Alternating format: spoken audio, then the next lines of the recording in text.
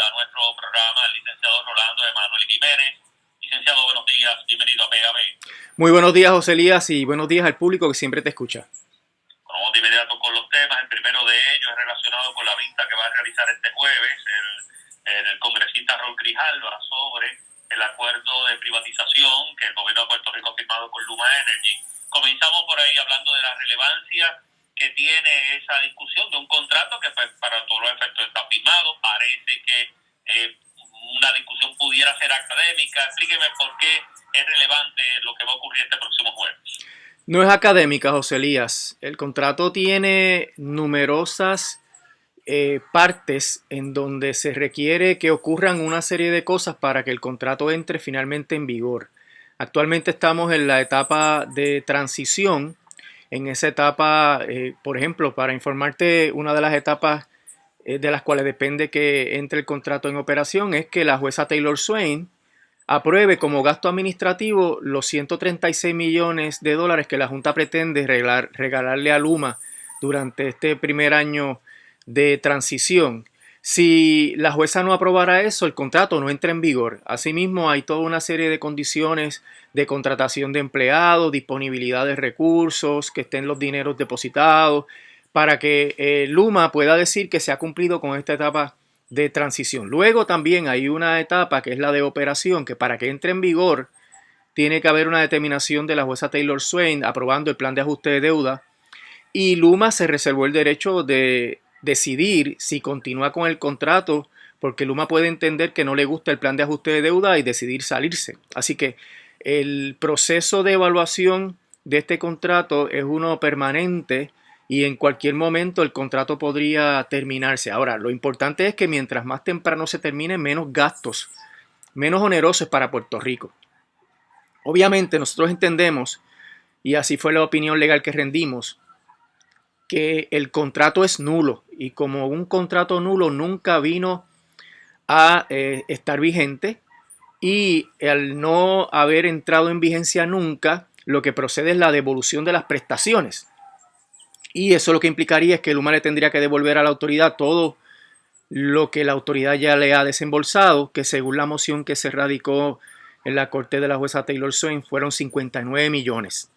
Así que en este proceso, todo evento que ocurra de evaluación, de cuestionamiento del contrato es importante, y por eso la importancia de esta vista de este próximo jueves 23 de julio, en donde por sistema remoto, ¿verdad? Puede ser que algunas personas comparezcan personalmente allá, pero se va a comparecer remotamente, y la UTIER tiene un espacio en ese trámite y le va a llevar al Comité de Recursos Naturales toda la información que indica que el contrato es ilegal, que es leonino y que debe cancelarse, y si no se cancela deben tomarse medidas drásticas para que no ocurra un despilfarro de fondos, José Elías. El principal incentivo que tiene Luma en este contrato no son los 125 millones de dólares anuales, son los 18 mil millones de dólares que tiene disponibles como parte de los procesos de reconstrucción de la red eléctrica en Puerto Rico y que supuestamente FEMA va a desembolsar. Nosotros entendemos que es un riesgo dramático para el país el que se le desembolse ese dinero a Luma, y por eso tiene que haber algún trámite de supervisión mucho más allá de los trámites ordinarios que establece FEMA, porque actualmente, según el contrato, no hay una supervisión por parte de la autoridad. Luma queda al garete en torno a eso, y por eso nosotros entendemos que debe haber algún tipo de supervisión adicional, y que una de las mejores medidas que se podría tomar es que no se le desembolse ese dinero a Luma, sino que pase por las manos de la autoridad para que se puedan hacer los procesos de licitación competitiva que son indispensables para que se tramite esto sin corrupción y que se tramite de la forma en que el dinero llegue realmente a los suplidores puertorriqueños y que entonces estimule la economía. Si Luma es la que administra ese dinero, se la va a dar a sus compañías afiliadas, le va a dar las subastas a los suplidores extranjeros, y ese dinero jamás va a beneficiar la economía en Puerto Rico. Así que la vista de este 23 es importante porque supuestamente van a comparecer los ejecutivos de Luma, y ahí podríamos ver más detalles sobre lo que ellos están pensando para Puerto Rico, pero es importante porque la UTIER va a presentarle al Comité de Recursos Naturales todas las razones por las cuales es indispensable cancelar ese contrato. Por otro lado, y hablando del contrato de Luna, ¿qué ha pasado con el recurso que ustedes sometieron al Tribunal Apelativo, licenciado? ¿Cuál es el estatus? Bueno, se supone que esta semana la Autoridad para las Alianzas Público-Privadas comparezca con su alegato.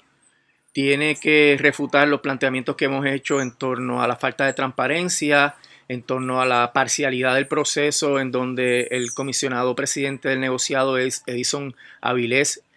Estuvo en el área de la selección de Luma y luego se cambió el sombrero y se sentó en el negociado y votó a favor de la aprobación de ese contrato, por lo cual incurrió en unas fallas gravísimas de parcialidad que están prohibidas por la propia ley y está prohibida por el reglamento del negociado. Y el tribunal entonces resolverá. Hay otros recursos que radicaron otras organizaciones ambientalistas que está en las etapas iniciales. Todavía no hemos visto que se haya emitido alguna orden en ese caso, pero es posible que ese recurso sea consolidado porque en realidad tiene que ver mucho con el recurso que ya presentó Lutier. También hay otros jugadores que están entrando al camino, ¿verdad? Como por ejemplo el sistema de retiro de la Autoridad de Energía Eléctrica también va a tomar una serie de acciones. Ya radicó una moción en el negociado para intervenir. Podría radicar un recurso de revisión en caso de que esa intervención no se conceda. Y de la misma manera se están haciendo diligencias con el Senado de Puerto Rico, que va a celebrar un proceso investigativo sobre el contrato para determinar si efectivamente cumple o no cumple con las políticas públicas de Puerto Rico. Bueno, por otro lado, y cambiando el tema, encontramos que este fin de semana la Junta de Control Fiscal expresó su respuesta a una serie de demandas que había presentado el gobierno contra ellos. Quiero oír momentos sobre las expresiones de la Junta para su comentario.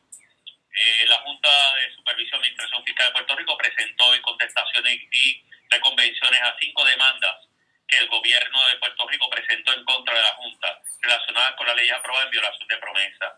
La sección 204 de promesa requiere que la gobernadora someta a la Junta cualquier legislación aprobada dentro de los 7 días laborales siguientes a su promulgación e incluya con la misma o estimado formal del impacto de la ley sobre los gastos e ingresos al fisco del gobierno una certificación sobre si la ley es o no significativamente inconsistente con el plan fiscal certificado. El gobierno no cumplió cabalmente con dichas obligaciones legales cuando aprobó e implementó 5 leyes en el 2019 y el 2020, las cuales son significativamente inconsistentes con el plan fiscal certificado. Las certificaciones de la gobernadora no incluyeron estimados completos y confiables sobre el plan fiscal e ellos indicaron incorrectamente que dichas leyes no eran significativamente inconsistentes con el plan fiscal. Bueno, licenciado, su comentario sobre la respuesta de la Junta a esta demanda. Bueno, esta acción de la gobernadora de erradicar 6 demandas, que una de ellas la desistió. Entendieron que realmente no había un impacto negativo en el plan fiscal y se pusieron de acuerdo y la gobernadora desistió. Por tanto, hay 5 demandas en donde la gobernadora está tirándole piedras al aire, ¿verdad? Porque en realidad los poderes que establece la ley promesa para la Junta y que ya han sido ratificados por la jueza Taylor Swain le permiten rechazar la validez de las leyes. Esa es una de las situaciones más dramáticas del coloniaje que impone la Junta de Control Fiscal, que agrava, porque ya el coloniaje existía en Puerto Rico, obviamente, pero que agrava la situación donde la Junta a su sola discreción puede decidir que una ley no cumple con el plan fiscal. La gobernadora impugna esa determinación y la Junta rechaza la determinación en su contestación a la demanda y radica una reconvención, que eso es lo que llaman comúnmente una contrademanda. Y esa contrademanda lo que está alegando es que efectivamente la gobernadora no cumplió con los procesos que establece la ley promesa y que las leyes afectan lo estipulado en el plan fiscal. Y como la Junta no tiene que cambiar el plan fiscal, la Junta no va a cambiar el plan fiscal porque la Junta ha sido siempre muy testaruda en las decisiones que toman los planes fiscales y es muy difícil que cambie de opinión en cuanto a eso, pues la jueza Taylor Swain eventualmente va a decidir que efectivamente las leyes afectan el plan fiscal Y aunque se entienda que pueda haber un margen de equivocación de la Junta, la jueza le va a dar total deferencia al criterio de la Junta en cuanto a que esas leyes no cumplen con el plan fiscal, porque la propia ley lo dice. La Junta decide eso a su sola discreción. Y eso es uno de los poderes absolutistas que tiene la Junta. Nadie puede revisar eso. Como nadie puede revisar eso, pues eventualmente la jueza le va a dar la razón. Y las demandas de la gobernadora lo que habrán significado es un gran despilfarro de fondos públicos. Cuando hablamos de estas demandas anteriormente, José Elías decía que las demandas son idénticas, lo que cambia es la ley sobre la cual está fundada la demanda. Todo se pudo hacer en un solo caso. Y la gobernadora parece que le gustan los números y prefirió erradicar 6 demandas cuando todas cabían en un solo documento y un solo proceso. Así que si la gobernadora pierde estos casos, imagínate, el despilfarro está multiplicado por 6. Wow. Y estamos hablando de una cantidad que puede estar aproximadamente cerca de qué número, licenciado. Mal tasada. Bueno, bien mal tasada, y suponiendo que esto termine en la etapa de mociones de sentencia sumaria, que es la próxima etapa que viene, es donde se hace descubrimiento de prueba y se le somete una moción bien documentada a la jueza explicándole por qué no hay controversia sobre los hechos y por qué debe dictarse sentencia a favor de la Junta. Pues yo calculo que va a ser decenas de miles de dólares que podrían estar llegando a los cientos de miles de dólares en honorarios de abogados. AFAF tiene una representación legal de un bufete que es de estatura global, que es Home Albany, y ese bufete factura por encima de los $700 la hora. Y la Junta igual, y todo ese dinero lo paga el pueblo de Puerto Rico, porque el pueblo de Puerto Rico paga a los abogados de AFAF y paga a los abogados de la Junta, que también están por encima de cualquier abogado aquí en Puerto Rico, empezando en $700 aproximadamente.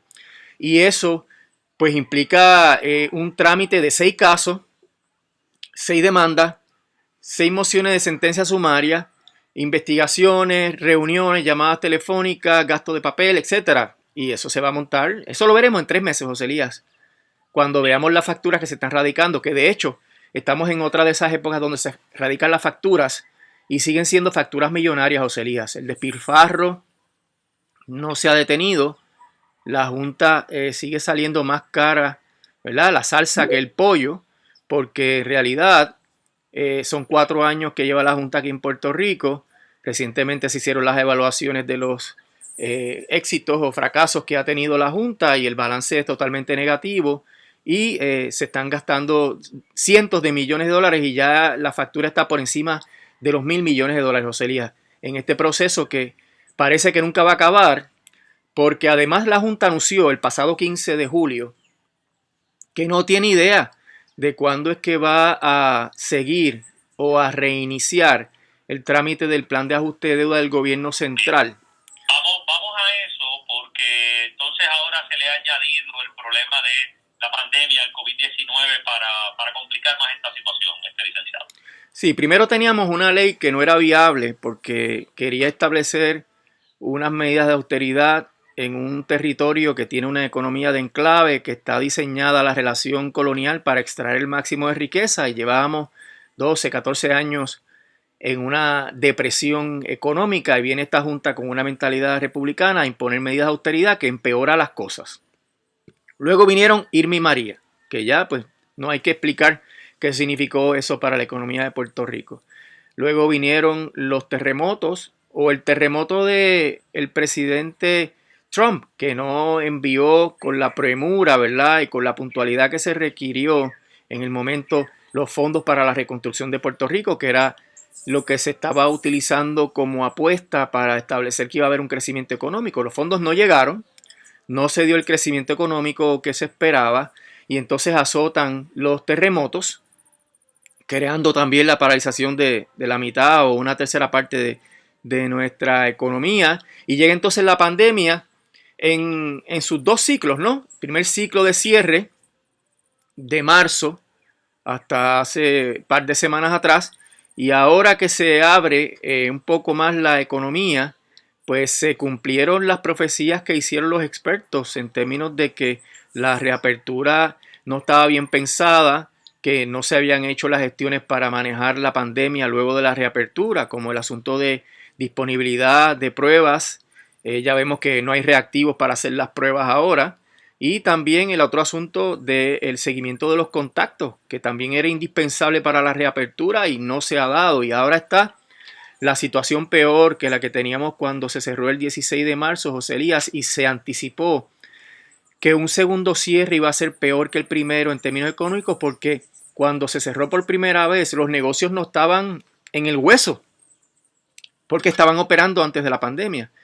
Ya llevan casi 4 meses fuera de operaciones o en operaciones parciales o muy limitadas, y ahora es posible que tengan que cerrar. Por lo menos ya algunos sectores han tenido que cerrar. Hoy la gobernadora a las 10 va a hacer un anuncio, no se sabe si es que va a imponer medidas adicionales, pero este segundo cierre, o por lo menos reducción del proceso de reapertura, va a extender significativamente las consecuencias de la pandemia en términos económicos, lo que hace más evidente, José Elías, que los planes fiscales que se han aprobado no son viables, que no sustentan pagos a los acreedores, que debe olvidarse ya la idea de que Puerto Rico puede pagar algo de su deuda, y que la Junta entonces debiera perseguir la opción que tiene bajo promesa de darle cero a los acreedores de bono, porque no hay manera de pagar a la luz de cómo se va a poner la situación de los recaudos,